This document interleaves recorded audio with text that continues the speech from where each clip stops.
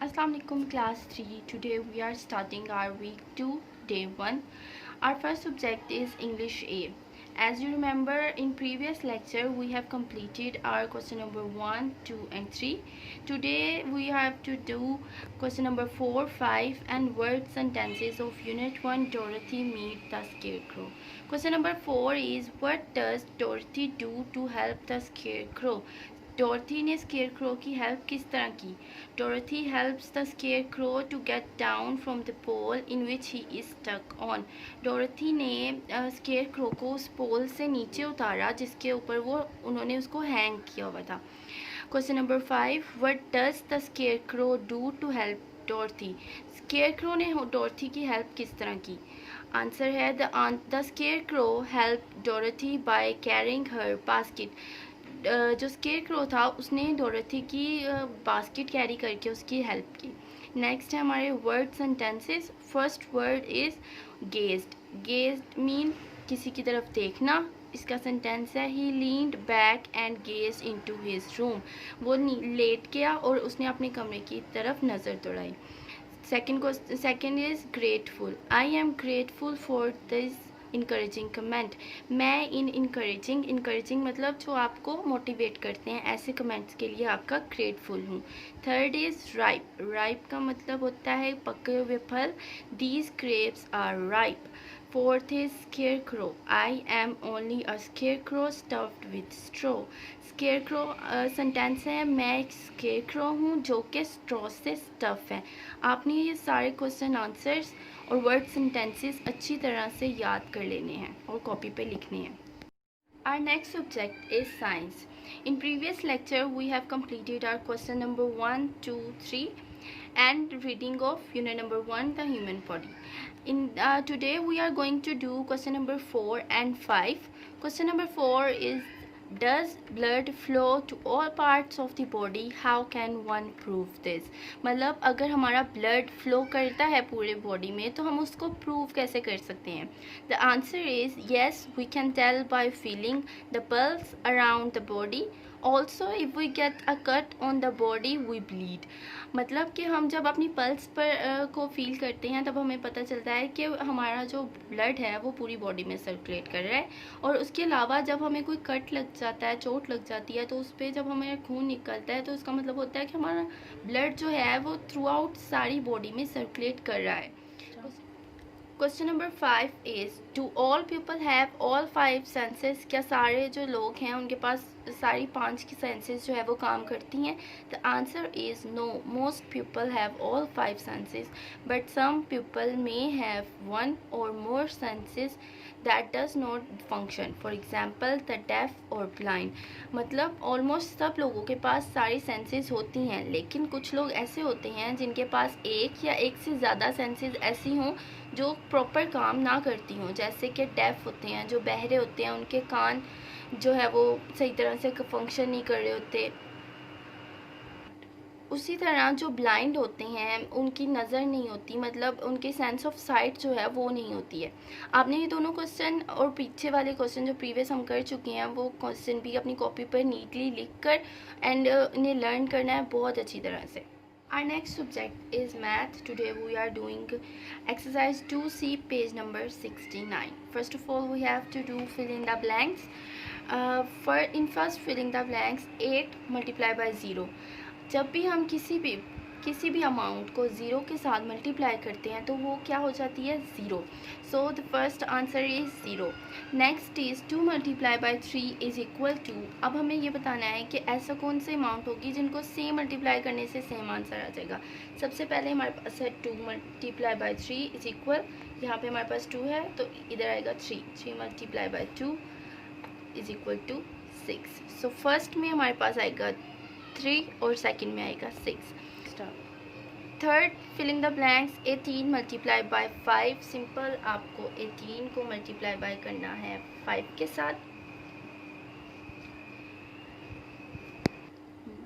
5 8 40, 0 यहाँ आ जाएगा, 4 ऊपर कैरी चला जाएगा, 5 1 सा 5, 5 में 4 ऐड किए तो 9। Answer is 90। थर्ड वाले में हमारे पास आंसर है 90। नेक्स्ट इज़ हम कौन सी अमाउंट को 4 के साथ मल्टीप्लाई करेंगे तो 40 हो जाएगा। हम 10 4 सा 40, तो इधर आंसर हमारे पास आएगा 10। फिफ्थ वन इज़ ऐसी अमाउंट जिसे 15 से मल्टीप्लाई करके हमारे पास आंसर 0 आ जाता है। एज आई सेड बिफोर, जो भी अमाउंट हमारे पास होगी जब हम उसे 0 के साथ मल्टीप्लाई करेंगे तो वो 0 हो जाएगी। तो ई वाई हमारे पास आंसर आएगा 0। Next question is state whether the following are true और फॉल्स। उसमें फर्स्ट स्टेटमेंट है हमारे पास, when a number in multiplied by 10 the number itself shift 1 column to the left. This is true. Second statement is 30 multiplied by 10 is equal to 3010, तो ये false है। कैसे आपको भी बताती हूँ मैं। 0 0 ज़ा 0, 0 3 ज़ा 0, नेक्स्ट 1 0 ज़ा 0, 3 1 ज़ा 3, तो यहाँ पे हमारे पास क्या आ जाएगा 30 300। So this is 4 multiply by 3 multiply by 6 is equal to 6 multiply by 4 multiply by 3। True. क्यों करेंगे, वो सेम डिजिट्स हैं तो सेम आंसर हमारे पास आएगा। Fifth one is the term product in the result of addition of 2 और more numbers. This is false. Question number 3 is choose the correct answer from the given option. 8 multiplied by 3 multiplied by 0। जब हम 8 और 3 को multiply कर देंगे और उस answer को हम 0 से मल्टीप्लाई करेंगे तो हमारे पास क्या आंसर आएगा 0। तो हमारे यहाँ ऑप्शन है 0, आपने उसको टिक करना है। Second is 420 multiply by 100 is equal to, ये हम सॉल्व कर लेते हैं यहाँ पे। 420 मल्टीप्लाई बाय 100, 0 0 ज़ा 0, 0 2 ज़ा 0, 0 4 ज़ा 0, 0 0 2 ज़ा 0, 0 4 ज़ा 0। नेक्स्ट 0 1 ज़ा 0, 2 1 ज़ा 2, 4 1 ज़ा 4। हमारे पास आंसर आ जाएगा प्लस करने से 442,000। Third is 58 multiplied by 30 is equal to 58 0 0 ज़ा 0, 0 5 ज़ा 0 multiplied by 3 8 ज़ा 24, 4 यहाँ हम लिखेंगे, 2 इधर कैरी चला जाएगा, 70। हमारे पास आंसर आएगा 1740। तो 740 वो ट्रू है। नेक्स्ट पेज ओपन करें, यहाँ पे आपके पास फोर्थ स्टेटमेंट है 10 मल्टीप्लाई बाय व्हाट, तो हमारे पास आंसर आएगा 8700। तो हम इसे 87 के साथ मल्टीप्लाई करेंगे तो हमारे पास 8700 आंसर आ जाएगा। Fifth one is 63 multiply by 5 is equal to, 63 को जब हम मल्टीप्लाई करेंगे 5 के साथ तो हमारे पास आंसर आएगा 315। आपको ये सारे क्वेश्चंस अपनी बुक पे सॉल्व करने हैं, अच्छी तरह से इनको प्रैक्टिस। हमारा अगला सबक है उर्दू। आज हमने हज़रत नूह अलैहिस्सलाम की कहानी पढ़नी है। मैं आपको रीडिंग करके बता देती हूँ अच्छी तरह से। आपने जो मुश्किल वर्ड, आपने खुद भी इसकी रीडिंग करनी है और मुश्किल वर्ड्स जो हैं वो भी मायने उनके याद रखने हैं। हज़रत नूह अलैहिस्सलाम अल्लाह के नबी थे। वो लोगों को अच्छे काम करने और बुरे कामों से बचने के लिए कहते रहे। वो बहुत दिनों तक, बल्कि बहुत सालों तक लोगों को समझाते रहे, लेकिन कुछ ही लोगों ने इनकी बातें सुनकर बुरे कामों को छोड़ा, बाकी तमाम बुरे कामों में मसरूफ़ रहे। जब इतने बहुत से सालों तक इनकी कोशिश कामयाब ना हुई तो अल्लाह ने इन लोगों को सज़ा देने का फ़ैसला किया। अल्लाह ने हज़रत नूह अलैहिस्सलाम को एक बड़ी कश्ती बनाने का हुक्म दिया। हज़रत नूह अलैहिस्सलाम ने कोई सवाल किए बगैर जंगल में जाकर लकड़ियाँ काटनी शुरू कर दी। इनके साथियों ने उनकी मदद की। दूसरे लोग इनको काम करते देखते तो मजाक उड़ाते, ये तुम लोग कहाँ जाने के लिए कश्ती बना रहे हो, यहाँ तो दूर दूर तक कोई दरिया या समुंदर नहीं है, ये कश्ती मिट्टी पर चलाओगे क्या। हज़रत नूह अलैहिस्सलाम और इनके साथी इन बातों का कोई जवाब ना देते और अपने काम में लगे रहते। कुछ दिनों में बहुत बड़ी कश्ती तैयार हो गई तो अल्लाह ने हुक्म दिया कि तमाम जानवरों और परिंदों का एक एक जोड़ा और खाने पीने का सामान कश्ती में रख लो। उन्होंने अल्लाह का हुक्म माना और वैसा ही किया जैसे अल्लाह ने हुक्म दिया था। तमाम जानवरों जैसे हिरन, हिरनी, गाय, बैल, घोड़ा, घोड़ी वगैरह को कश्ती में सवार किया। फिर अल्लाह ने हुक्म दिया कि अब कश्ती में सवार हो जाओ। इन्होंने ऐसा ही किया। जो लोग देख रहे थे वो मजाक उड़ाने लगे, अरे इन सबको क्या हो गया, ये क्यों कश्ती में बैठ रहे हैं। नाफरमान लोगों में हज़रत नूह अलैहिस्सलाम का बेटा भी शामिल था। हज़रत नूह अलैहिस्सलाम ने इसे पहले भी समझाया था लेकिन वो ना माना। एक बार फिर इन्होंने उसे बुलाया मगर इसने कहा, मेरी फिक्र ना करें, मुझे कुछ नहीं होगा। अचानक बादल आ गए और बहुत तेज़ बारिश होने लगी। थोड़ी देर में ऐसा लगा कि जैसे ज़मीन से भी पानी उबर रहा हो। चारों तरफ पानी ही पानी हो गया। लोग अपनी जान बचाने के लिए इधर उधर भागने लगे। कुछ दरख्तों पर चढ़ गए और कुछ मकानों की छतों पर, लेकिन इतना पानी हो गया कि दरख्त भी डूब गए और मकान भी। यहाँ तक कि जिस पहाड़ पर हज़रत नूह अलैहिस्सलाम का बेटा अपनी जान बचाने के लिए चढ़ गया था वो भी डूब गया। सारे नाफरमान लोग डूब गए और हज़रत नूह अलैहिस्सलाम की कश्ती पानी में ऊपर ही ऊपर तैरती रही। बहुत दिनों बाद बारिश रुकी, सूरज निकला। कश्ती में सवार लोग सूरज को इतने दिन बाद देखकर बहुत खुश हुए। पानी कम होने लगा और इनकी कश्ती एक पहाड़ के साथ जा लगी जिसका नाम जोदी है। लोग कश्ती से उतरे और अल्लाह का शुक्र अदा किया। सारे जानवरों को भी खुशकी पर छोड़ा और यूं ये दुनिया दोबारा बसी। हज़रत नूह अलैहिस्सलाम की कहानी में से हमें सबसे बड़ा सबक ये मिलता है कि हज़रत लोगों ने जब अल्लाह ताला की नाफरमानी की, पहले हज़रत नूह अलैहिस्सलाम ने उन्हें समझाने की बहुत कोशिश की। काफ़ी लंबा अरसा वो उनकी तबलीग करने की कोशिश करते रहे, लेकिन जब उन्होंने उनकी बात नहीं सुनी तो फिर अल्लाह ताला ने हज़रत नूह अलैहिस्सलाम को हुक्म दिया कि अब आप अपनी कश्ती बना लें क्योंकि ये लोग अब आपकी बात नहीं मानेंगे।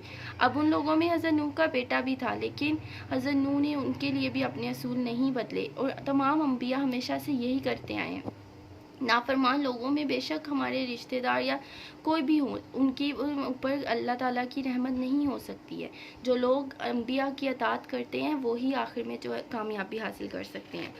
इस चैप्टर की रीडिंग करने के बाद आपने नेक्स्ट पेज नंबर 10 ओपन करना है। वहाँ पे मरूजी सवाल में सबसे पहले आपके पास है, दुरुस्त जवाब के दायरे को पेंसिल से भरिए और खाली जगह में लिखिए। फर्स्ट, अल्लाह ताला ने हज़रत नूह अलैहिस्सलाम को कश्ती बनाने का हुक्म दिया। डैश ने हज़रत नूह अलैहिस्सलाम का मजाक उड़ाया, नाफरमान लोगों ने। थर्ड है, कश्ती में ना बैठने वालों में हज़रत नूह अलैहिस्सलाम का बेटा भी शामिल था। नाफरमान लोगों पर डैश के ज़रिए अज़ाब आया, पानी के ज़रिए। नेक्स्ट पेज पर आपके पास है पेज नंबर 11 पर हरूफ तहजी के मुताबिक दी गई जगहों पर लिखें। आपने ये जो वर्ड्स आपको दिए गए हैं आपने इनको अलिफ बे पे ते की जो सीक्वेंस है उनके ज़रिए लिखना है। सबसे पहले आएगा पालतू, सेकंड में आएगा टांगे, थर्ड में आएगा जंगली, फोर्थ में आएगा ख़तरनाक, फिफ्थ में आएगा रफ्तार, सिक्स में आएगा सींग, सेवन्थ में आएगा गज़ा, एट्थ में आएगा नकीले। अब पेज नंबर 10 पर जो आपके अल्फाज मायने हैं आपने इन्हें अच्छी तरह से याद करना है और ये दोनों क्वेश्चन जो हैं वो आपके बुक पे सॉल्व होंगे। आपने क्वेश्चन एक्सरसाइज को भी और अल्फाज मायने को भी अच्छी तरह से याद कर लेना है। हमारा अगला सबक है इस्लामियात। आज हमने पढ़ना है ईमान। उसके आपने पेज नंबर 7 पर जो एक्सरसाइज है मश्क वो करनी है आज। सबसे पहले है दुरुस्त फ़िक्रात पर सही का निशान और गलत पर गलत का निशान लगाएं। ईमान का मतलब है किसी चीज़ पर पूरा यकीन रखना और बिला शक व शुबा सच मानना। टिक। एक मुसलमान अल्लाह की वहदानियत पर ईमान रखता है। टिक। एक मुसलमान रोज़े क़यामत पर ईमान नहीं रखता। क्रॉस। रोज़े क़यामत को रोज़े हशर, रोज़े आखिरत, रोज़े हिसाब भी कहते हैं। टिक। क़यामत के रोज़ दुनिया में नेक काम करने वालों को जन्नत में दाखिल किया जाएगा और बुरे काम करने वालों को दोज़ख में डाला जाएगा। टिक। क्वेश्चन नंबर 2 है, दिए हुए अल्फाज की मदद से खाली जगह पूर्ण करें। डैश का मतलब है किसी चीज़ पर पूरा यकीन रखना और बिला शक व शुबा सच मानना। ईमान। फ़रिश्ते भी अल्लाह की मखलूक हैं जो हर वक्त इसकी डैश करते रहते हैं, इबादत। अल्लाह ताला ने इंसानों की भलाई और डैश के लिए पैगंबरों और रसूलों को भेजा, रहनुमाई के लिए। क़यामत के रोज़ अच्छे डैश और नेकियां ही हमारे काम आएंगे, अमाल। आपने क्वेश्चन आंसर्स जो हमने पहले किए हुए हैं वो और ये एक्सरसाइज अच्छी तरह से इनको याद करना है और क्वेश्चन आंसर्स को अपनी कॉपी पे लिखना है और एक्सरसाइज आपने अपनी बुक पे सॉल्व करनी है।